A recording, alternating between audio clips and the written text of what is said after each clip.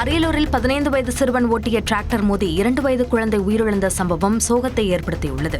மேட்டுப்பாளையம் கிராமத்தைச் சேர்ந்த ரவி என்பவர் தனது 2 வயது குழந்தையுடன் இருசக்கர வாகனத்தில் சென்றபோது எதிரே வந்த டிராக்டர் மோதியது. இந்த விபத்தில் 2 வயது குழந்தை சம்பவ இடத்திலேயே உயிரிழந்தது. இந்த சம்பவம் குறித்து வழக்கு பதிவு செய்த காவலர்கள் டிராக்டரை இயக்கிய 15 வயது சிறுவனின் தந்தை நல்லசாமி என்பவரை கைது செய்தனர். அத்துடன் விபத்தை ஏற்படுத்திய டிராக்டரையும் பறிமுதல் செய்தனர்.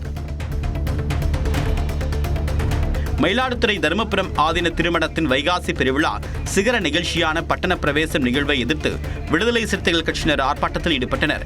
குருமகா சன்னிதானத்தை பல்லக்கில் அமர வைத்து மனிதர்கள் சுமந்து செல்லக்கூடிய நிகழ்வுக்கு மனிதனே சுமப்பதா என்ற எதிர்ப்பு தெரிவித்து கண்டன முழக்கங்களை எழுப்பியதால் பரபரப்பு ஏற்பட்டது.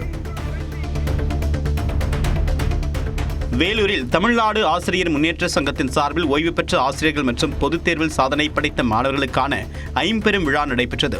இதில் கலந்து கொண்ட சங்கத்தின் மாநில தலைவர் தியாகராஜன் செய்தியாளர்களிடம் பேசுகையில், புதிய தனியார் பள்ளிகளுக்கு அனுமதி இல்லை என்று அரசு அறிவித்தால் மட்டுமே அரசு பள்ளிகள் மேம்படும் என்று குறிப்பிட்டார். தமிழகத்தில் மும்மொழி கொள்கையை கொண்டு வந்தால் ஆசிரியர்கள் சார்பில் கடுமையான போராட்டங்கள் நடத்தப்படும் என்று கூறினார்.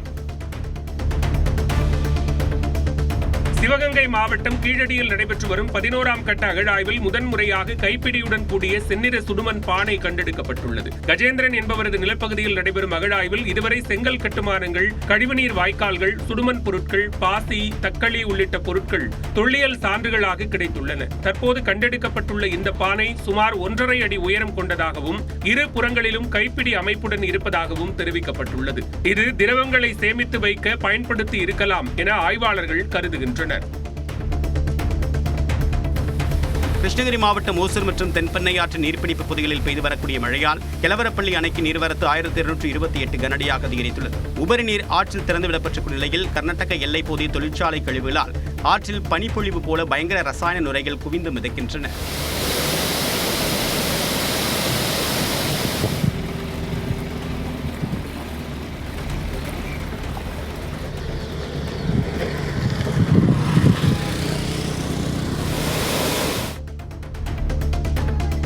பெண்கள் மற்றும் சிறுமிகள் மீதான பாலியல் வன்கொடுமைகளை கண்டித்து திருவாரூரில் 500க்கும் மேற்பட்டோர் பேரணியாக சென்று ஆர்ப்பாட்டத்தில் ஈடுபட்டனர். பெண்களின் பாதுகாப்பை உறுதி செய்ய வலியுறுத்தி தமிழ்நாடு தவ்ஹீத் ஜமாத் சார்பில் நடைபெற்ற பேரணியில் 500க்கும் மேற்பட்டோர் கலந்து கொண்டனர்.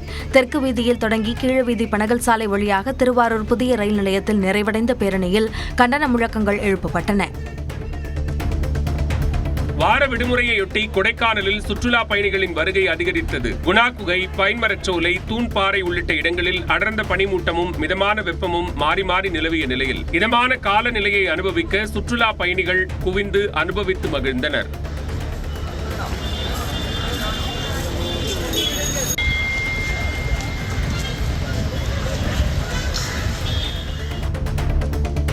தேனி மாவட்டம் போடி அருகே தர்மத்துப்பட்டியில் உணவக அதிபர் ஒருவரின் வீட்டின் பூட்டை திறந்து 43 சவரன் தங்க நகைகள் திருடப்பட்டன. காவல்துறை விசாரணையில் பக்கத்து வீட்டில் வசிக்கும் ரதி என்பவர் இந்த திருட்டில் ஈடுபட்டது அம்பலமானது. பக்கத்து வீட்டை தொடர்ந்து நோட்டமிட்டு வந்த ரதி சிசிடிவி கேமராவில் முகம் பதிவாகாமல் இருக்க வீட்டின் மின் இணைப்பை துண்டித்துவிட்டு திருட்டில் ஈடுபட்டது தெரிய வந்த நிலையில் அவர் கைது செய்யப்பட்டார்.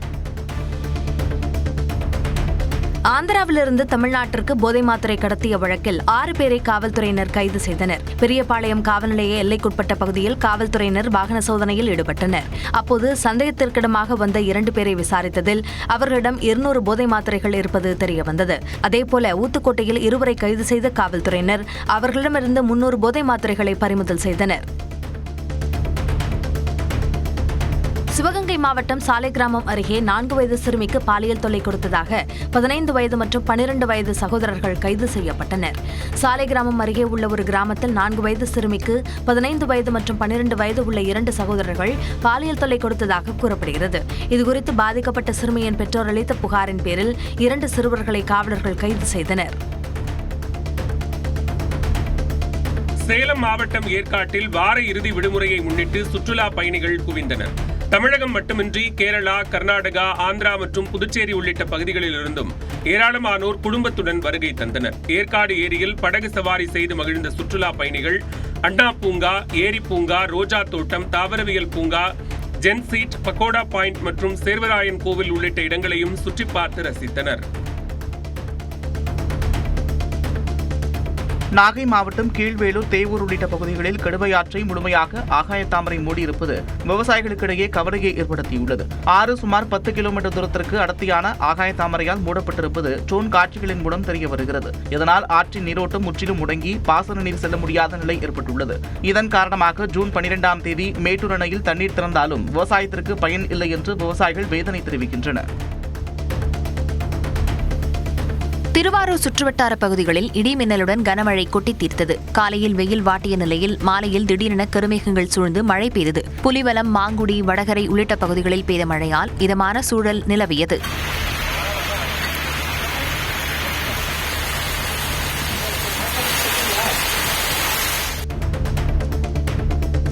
காஞ்சிபுரம் அருகே செவிலிமேட்டில் உள்ள திரௌபதியம்மன் திருக்கோவிலில் மகோத்சவ மகாபாரத பெருவிழாவை முன்னிட்டு துரியோதனன் படுகள நிகழ்ச்சி வெகு விமர்சையாக நடைபெற்றது. பிரம்மாண்ட துரியோதனன் சிலை அமைக்கப்பட்டு கட்டை குத்து கலைஞர்களால் பீமன், துரியோதனன் போர்க்கள காட்சிகள் தத்ரூபமாக அரங்கேற்றப்பட்டது.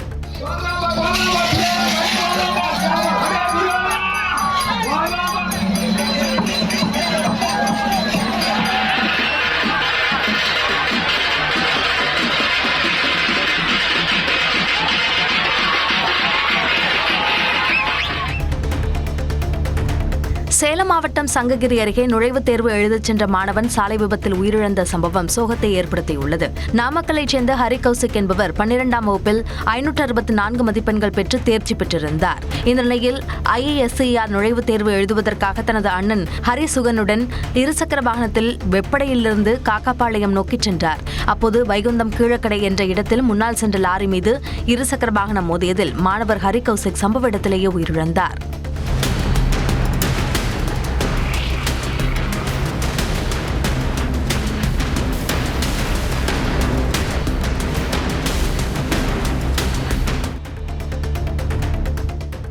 நீலகிரி மாவட்டம் உதகை அருகே மாயார் சாலையில் கம்பீரமாக நடந்து சென்ற புலியை சஃபாரி சென்ற சுற்றுலா பயணிகள் பார்த்து ரசித்தனர். முதுமலை புலிகள் காப்பகத்திற்கு உட்பட்ட மாயார் கிராமத்திற்கு செல்லக்கூடிய சாலையில் சுற்றுலா பயணிகள் சஃபாரி சென்றபோது வனப்பகுதியில் இருந்து வெளியேறிய புலி சாலையில் கம்பீரமாக நடந்து சென்றது. இதனை சுற்றுலா பயணிகள் கண்டு ரசித்தனர். இதனிடையே புலி நடமாட்டம் உள்ளதால் இருசக்கர வாகனத்தில் செல்பவர்கள் கவனமுடன் செல்ல வேண்டும் என்று வனத்துறையினர் எச்சரித்துள்ளனர். தனுஷ்கோடியில் வீசிய புழுதி புயலால் வாகன ஓட்டிகள் அவதியடைந்தனர். வார விடுமுறையொட்டி தனுஷ்கோடி அரிச்சல்முனை கடற்பகுதிக்கு பல்வேறு பகுதிகளிலிருந்து சுற்றுலா பயணிகள் வருகை தந்தனர். 40 கிலோமீட்டர் வேகத்தில் சூறைக்காற்றுடன் புழுதி புயல் வீசியதால் சுற்றுலா பயணிகளும் வாகன ஓட்டிகளும் அவதியடைந்தனர்.